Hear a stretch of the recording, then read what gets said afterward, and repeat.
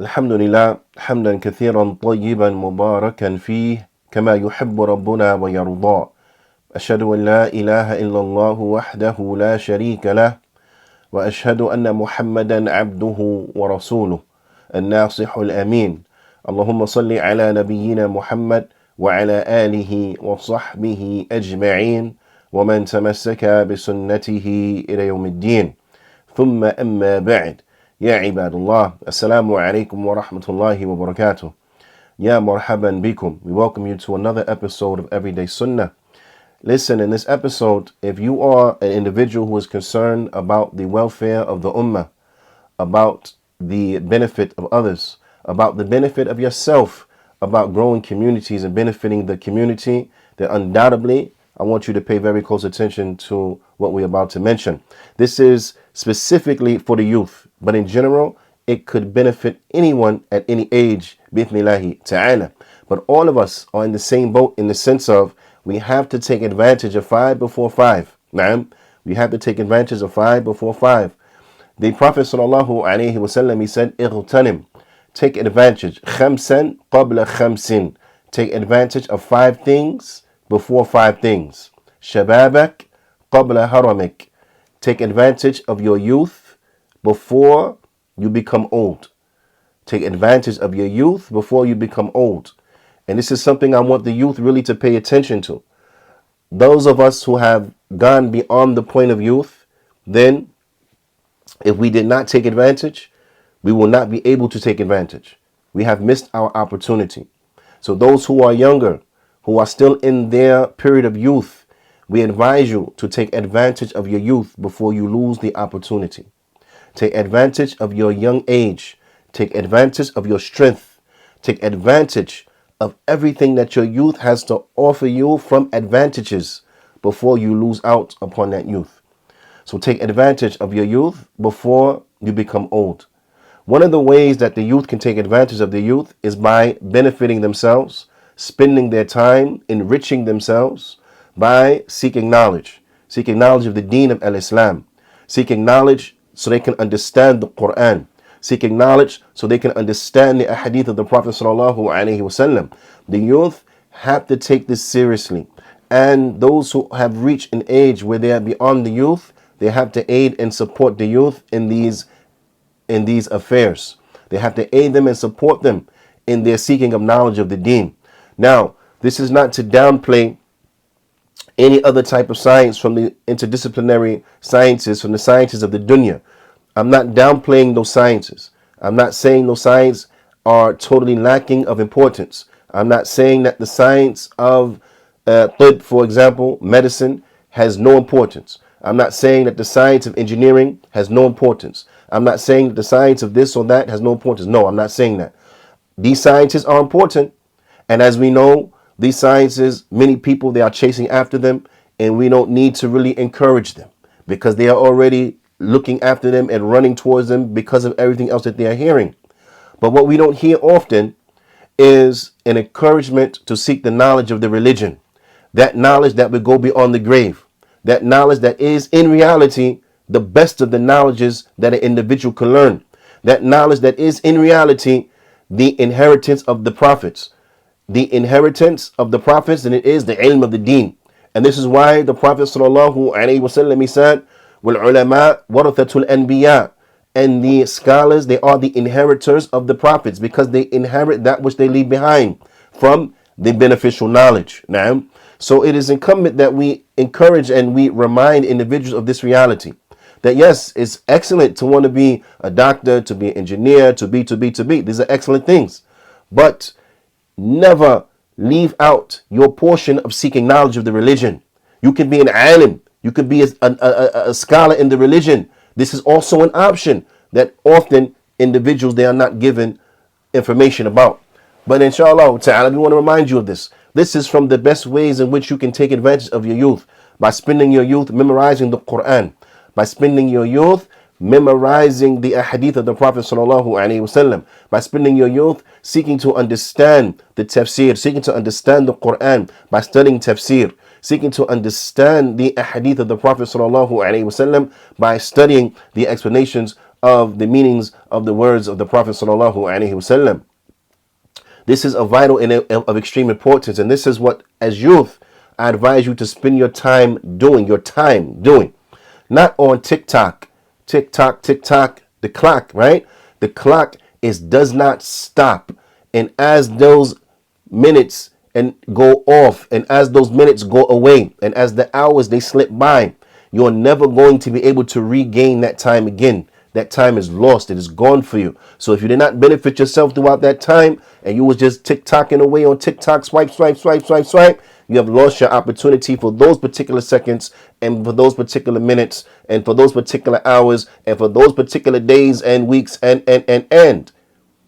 So recoup, in the sense of, don't lose any more time doing these things in which will have no benefit for you. Don't lose any more time by doing those things that may be of a detriment to you. But spend your time wisely. Spend your time in doing those things in which will enrich you. Spend your time doing that which will make you better tomorrow. Spend your time doing those things that will not only enhance your today, but they will make you better for tomorrow. Put you in a better position to win tomorrow. Now, so when it comes to the affairs of the dunya, I don't think anyone needs to really overstress this. Individuals, they understand this. We sacrifice a little now so that we can benefit then. This is why people, they go to school for all those years. This is why they study hard and they take those tests and they take those rigorous courses and so on and so forth, because they know the payoff at the end of it, it will lead to a good career, a good job, whatever the case is. Now, okay, we understand this. Sacrifice now,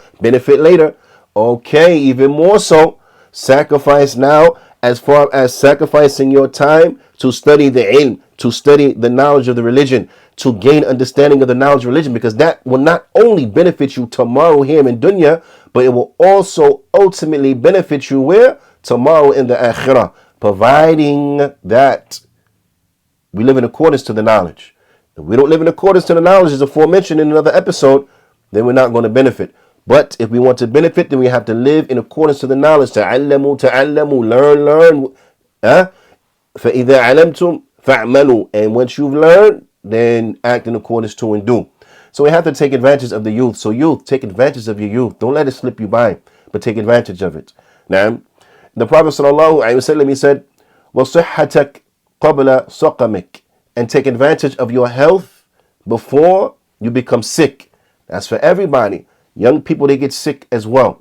Now, and none of us knows when we will go through a bout of sickness or be tested with sickness. None of us knows this. There's not an individual upon the earth who's sick now except they was healthy then. Now, so take advantage of your health before you become sick. This is for everybody. Now, the Prophet sallallahu alaihi wasallam, he said, وَغِنَاكْ قَبْلَ الْفَقْرِكْ. And take advantage of your wealth before you become poor. So you have to take advantage of your wealth before you become poor. If you have some extra to spend now, then spend it fi sabilillah, because later you may not have extra to spend. Now, so take advantage of all of the advantages that Allah subhanahu wa ta'ala allots to you. Take advantage of them. So take advantage of your wealth before you become poor. The Prophet sallallahu alaihi wasallam, he said, وَالْفَرَاغَكْ قَبْلَ شُغْلِكْ. And take advantage of your free time before you become preoccupied and become busy. This is for all of us, but in particular the youth, because the youth, you have more free time. So take advantage of your youth. Take advantage of your youth by taking advantage of what? Of your free time. Of your free time before you become preoccupied and before you become busy. Too many of the youngsters, they're in a rush to grow up. They want to grow up now, not realizing that growing up comes with responsibilities. It has some pros in it, as you may think, but it also has some cons in it, meaning some responsibility, has some restriction. So when you grow up, you're not as free as you think you are, but you are very restricted, that now you are shackled to responsibilities. And this shackling to responsibilities, it does what? It occupies your time. So now you have to busy yourself by making sure you're doing those things that you can take care of these responsibilities, and then you lose out on what? On your free time. That free time that you had when you was a youth, when you didn't have that responsibility, when you didn't have those obligations that were upon you. Yeah? You didn't have to worry about that. You didn't have to worry about buying food. You don't have to worry about paying rent. You don't have to worry about buying your clothes. None of that stuff. Your parents, they take care of all that for you. And they take advantage. Why? Because they want to be in a position where they have quote unquote freedom and being adult and so on and so forth. Not realizing that being adult comes with a whole bunch of other stuff that is very restrictive. Ala kulli hal, take advantage of your free time. As adults, we don't have the free time that we will want. Now, we don't have the free time that we want because we are on the clock, having to work because we have bills that are coming, so on and so forth. Now, youth, children, you don't have to worry about that. So take advantage of your free time by spending it, by benefiting yourself. Just don't spend it on games. And we're not saying that you can't take a break sometimes and do something like that. We're not saying that. You can take some time and you can play. But don't use all of your time for play. Don't use all of your time for play and amusement. Now, but enjoy play and amusement that is halal sometimes, from the time, but not all of the time or the majority of the time. But benefit yourself, bidnillahi ta'ala, by taking advantage of your free time before you become busy. The Prophet ﷺ said, وَحَيَاتَكْ قَبْلَ مَوْتِكْ, and take advantage of your life before you die. So all of us, take advantage of this life before you die. Because the reality is that we are going to die. And then we're going to be resurrected. And we're going to go back to Allah subhanahu wa ta'ala. And we're going to be questioned by Allah subhanahu wa ta'ala. All of you, all of us. No matter how old you live, no matter when you died, you're going to be questioned by Allah subhanahu wa ta'ala. The Prophet sallallahu alayhi wa sallam, he said, لا تزول قدم ابن آدم يوم القيامة من عند ربه عز وجل, that the feet of the son of Adam, it will not move on the day of judgment from being in the audience with his Lord, the most high and the most auspicious, until حتى يسأل عن خمس, until he's asked about 5 things. Now, until he or she is asked about 5 things. All of us, we're going to be asked these things. What are we going to be asked? عن عمره فيما أفناه, on his lifespan, what did he do in it? We're going to be asked about our life, our whole life. How did we spend our life? How do we spend our life? You know what you want the answer to be. An answer that is pleasing unto Allah subhanahu wa ta'ala. So if you're doing things in which it's not pleasing unto Allah subhanahu wa ta'ala, don't do them. Don't spend your life like this, because you're going to be asked about how you spent your life. Naam. وَعَنْ شِبَابِهِ فِيمَا أَبَلَاهُ, and on his youth, how did he spend his youth? He's going to be asked, he or she is going to be asked about their youth, how they spent their youth. It is the reality. On the day of judgment, he or she is going to be asked. That's it. He or she, not he, she, they, them. No. He or she, the way Allah Ta'ala created you. He or she. Best. Sit. I think you get the point, right? Okay, anyway.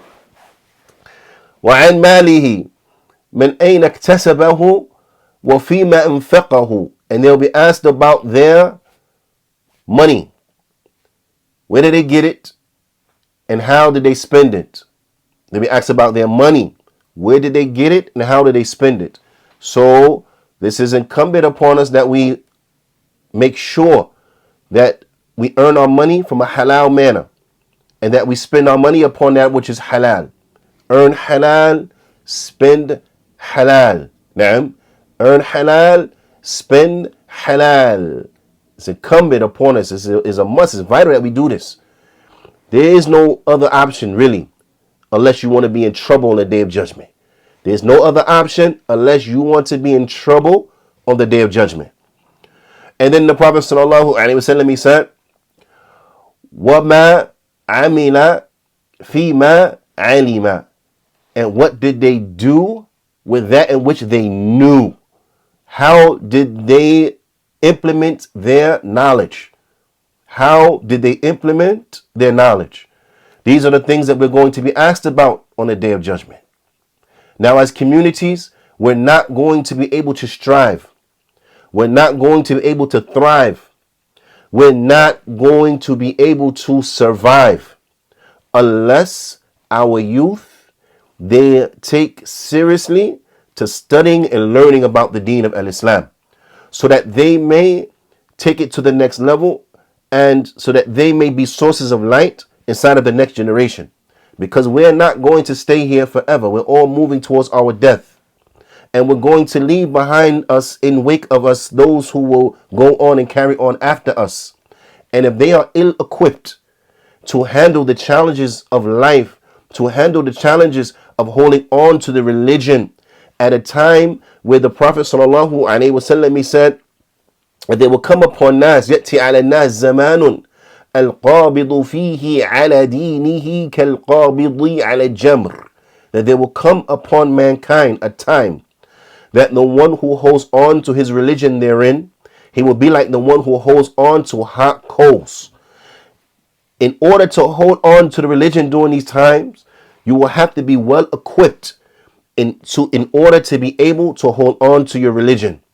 If we leave our youth ill-equipped to be able to handle the challenges of holding on to their religion in a world that's going to be worse than the world in which we were in, then we will be leaving them at a disadvantage. Now, so it's incumbent as the older ones that we take a keen interest and a vested interest inside of the youth to make sure that we are equipping them with that in which they will need to survive, thrive, and strive in their life. Now, after us, after we are gone. But it is also incumbent upon the youth themselves that they have a concern for themselves to want to equip themselves so that they are able to strive, thrive, and survive. Now, so the youth, they have to take advantage of their youth, advantage of their free time, advantage of that which they have at their disposal, so that they may equip themselves bi'ithnillahi ta'ala. Because we're not going to be able to survive, thrive, and strive as communities without the youth taking on the responsibility and then taking the responsibility on after we have gone. Now, and when I say after we have gone, meaning that they step in fully, but even while we are still here, we have to be training them alongside of us, showing them how they are to run communities, so on and so forth, and benefit the society. While we are still here, we have to make sure that we are grooming them to take on this responsibility.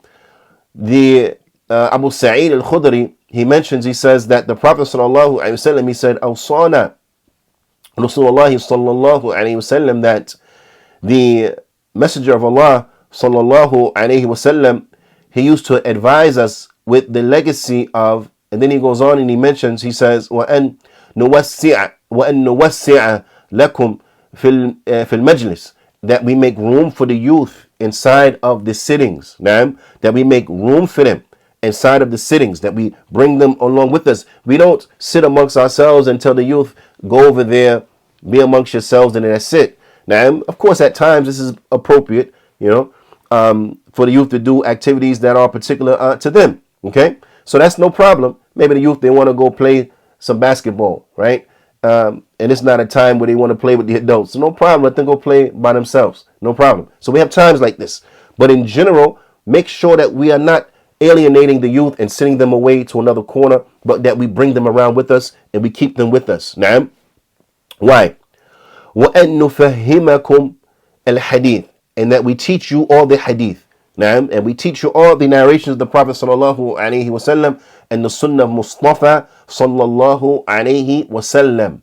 Now, this is incumbent, is a must. We have to do this. Now, فَإِنَّكُمْ خُلُوفُنَا, because you youth, then verily you are our successors. Now, you youth, you are our successors. You're going to be the ones who are going to be here when we're gone.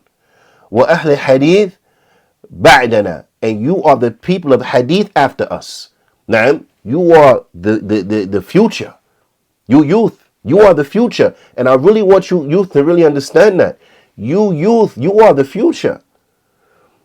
The health of the Islamic nation will be related to the health of you as a generation.